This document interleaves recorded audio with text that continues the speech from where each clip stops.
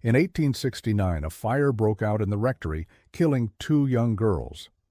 But that's not what makes this place haunted. See, the manor had actually been built on top of an old burial ground, and when they dug up the site for the new construction, they uncovered over 100 bodies. Most of them were from the 1700s and 1800s, but some dated back to the 1300s. Some were identified as having died from the plague.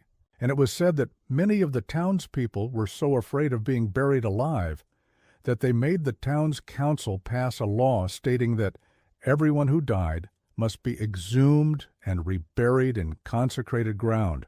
All of these restless spirits are said to have made their way into the new rectory, causing all sorts of chaos. Now, while the rectory was under construction, several people came forward with stories of strange happenings in the area.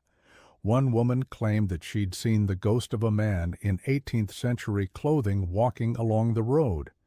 And a local farmer said that he and his son had seen a phantom carriage driving through the village, pulled by 8 white horses. They said it looked like an ancient funeral procession. Another farmer then told of how he saw the ghost of a little girl in a nightgown running around the yard of the priest's house. And then there was the sound of a woman crying and calling for her children, followed by the clatter of a rocking chair. And lastly, the apparition of an old woman in a nightgown who walked slowly with the aid of a man.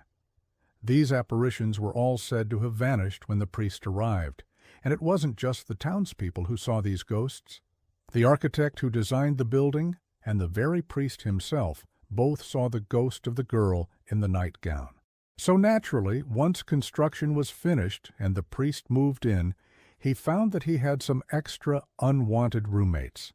The ghost of the little girl would walk through walls and shake beds. The architect would often hear chains dragging metal moans and the sound of screams in the night. Sometimes the ghost of a woman would appear sitting at the foot of his bed, and sometimes he would wake up to find flowers on his pillow, even though he'd never planted any, and there were no flowers growing anywhere near the house. To make matters worse, there was also a ghost dog that lived in the house, one that didn't bark or make any noise, but it was always there.